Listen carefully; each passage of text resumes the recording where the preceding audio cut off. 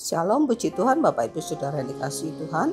Renungan firman Tuhan hari ini adalah berjudul Kemenangan dari Tuhan.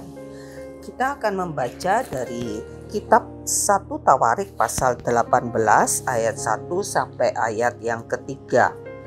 Kemenangan-kemenangan Daud. Sesudah itu Daud memukul kalah orang Filistin dan menundukkan mereka, lalu ia merebut Gad dan segala anak kotanya dari tangan orang Filistin.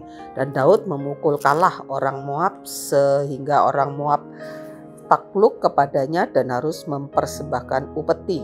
Selanjutnya Daud memukul kalah Hadadezer Raja Soba dekat Hamat ketika ia pergi menegakkan kekuasaannya pada sungai Efrat.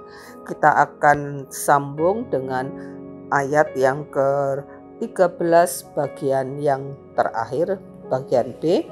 Tuhan memberi kemenangan kepada Daud kemanapun ia pergi berperang.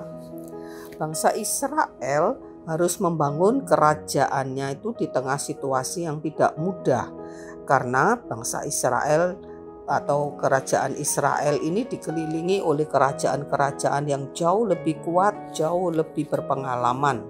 Sedangkan kerajaan Israel pada saat Raja Daud menjadi raja itu baru mungkin berumur kurang lebih baru sekitar 40 tahun, karena raja yang pertama, Raja Saul itu memerintah selama 40 tahun kemudian digantikan oleh Daud. Jadi kerajaan Israel ini kerajaan yang masih sangat muda. Tetapi kita melihat bagaimana ketika kerajaan ini dipimpin oleh Daud, kerajaan ini kemudian menjadi kerajaan yang besar.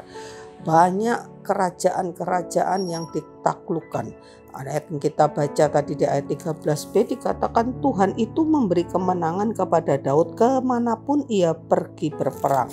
Jadi kemana Daud pergi berperang menghadapi kerajaan-kerajaan yang ada di sekitarnya, Daud mengalami kemenangan. Sekalipun pasukan Daud itu bukan pasukan yang besar, ya, karena kerajaannya juga bukan kerajaan yang belum menjadi kerajaan yang sangat besar, ternyata Daud mendapatkan kemenangan-kemenangan. Dan jelas tadi ayat yang ke-13 bagian B mengatakan Tuhan yang memberi kemenangan kepada Daud. Jadi jelas bahwa Tuhan ikut berperang, Tuhan yang campur tangan sehingga Daud itu mendapatkan kemenangan-kemenangan yang luar biasa. Bahkan kerajaan Israel mencapai puncak kebesarannya pada zaman pemerintahan Daud. Hampir seluruh kerajaan ditaklukkan oleh Daud, sehingga Daud menjadi kerajaan Israel di bawah kepemimpinan Daud menjadi sangat besar. Banyak kerajaan-kerajaan yang takluk. Karena itu kerajaan ini juga menjadi kaya karena banyak kerajaan-kerajaan yang memberikan upeti kepada kerajaan Israel. Belum lagi barang-barang jarahan dari kerajaan-kerajaan yang dikalahkan, juga mendapatkan kota-kota musuh, juga sarana-sarana militer, dan banyak rakyat dari kerajaan yang ditaklukkan itu kemudian diperbudak oleh kerajaan Israel, dipakai untuk menjadi budak-budak, sehingga kerajaan Daud menjadi kerajaan yang besar. Daud mendapatkan begitu banyak emas, perak, tembaga, dan banyak lagi apa yang biasa dia dapatkan dari kerajaan-kerajaan yang ditaklukkan. Tetapi di tengah-tengah kemenangannya yang luar biasa, Daud tetap bersikap rendah hati, tidak meninggikan diri, karena Daud menyadari bahwa kemenangan itu adalah karunia Tuhan semata-mata. Karena itu sebagai ucapan syukur, semua barang-barang yang dia peroleh dari hasil perang itu dikhususkannya bagi Tuhan. Sehingga ketika Raja Salomo yang akan membangun bait suci yang besar itu yang sudah dirancang oleh Daud, Daud tidak hanya mempersiapkan rancangan bangunan, tetapi Daud menyediakan semua kebutuhan untuk pembangunan bait suci itu. Karena Daud memiliki begitu banyak barang-barang yang diperlukan untuk pembangunan bait suci.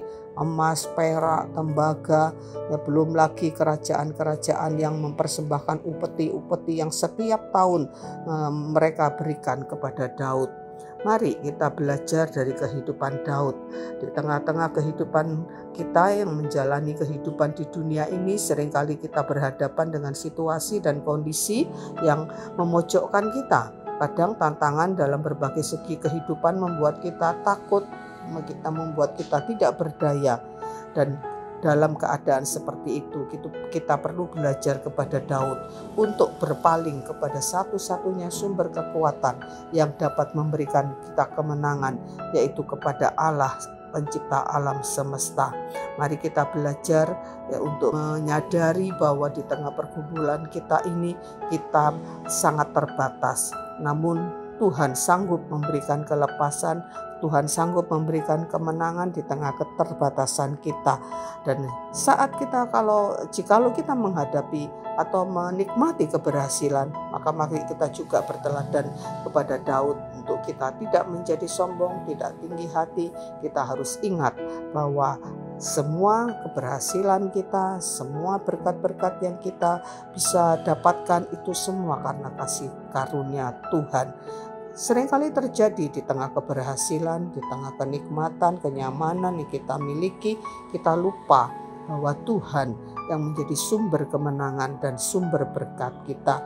Jadi mari kita belajar lewat renungan hari ini untuk kita selalu mengingat Tuhan, bahwa Tuhanlah yang membuat kita berhasil, bahwa Tuhanlah yang memberikan segala sesuatu yang kita miliki di dalam dunia ini. Dan marilah kita juga senantiasa memuliakan Tuhan di dalam kehidupan kita. Dengan apapun yang kita miliki, kita belajar untuk kita mengembalikan semuanya bagi kemuliaan Tuhan. Amin. Puji Tuhan. Mari kita berdoa. Tuhan, kami menyadari keterbatasan kami. Kami butuh Engkau Tuhan di dalam setiap pergumulan hidup kami. Setiap tantangan yang harus kami hadapi, kami perlu Engkau Tuhan. Dan kami ya Tuhan percaya bahwa Engkau Tuhan ikut bekerja dalam kehidupan kami. Engkau memperhatikan setiap langkah-langkah hidup orang yang berkenan kepadamu. Kami menyerahkan seluruh kehidupan kami kepadamu. Dan tolong kami ya Tuhan, ingatkan kami selalu ya Roh Kudus, untuk kami selalu menyadari bahwa keberadaan kami, semua yang kami miliki, semua yang kami bisa dapatkan, semua adalah karena Tuhan. Dan tolong kami untuk bisa mengembalikan semuanya bagi kemuliaan Tuhan. Terpujilah Engkau Tuhan, kami mengucap syukur dalam nama Yesus kami berdoa.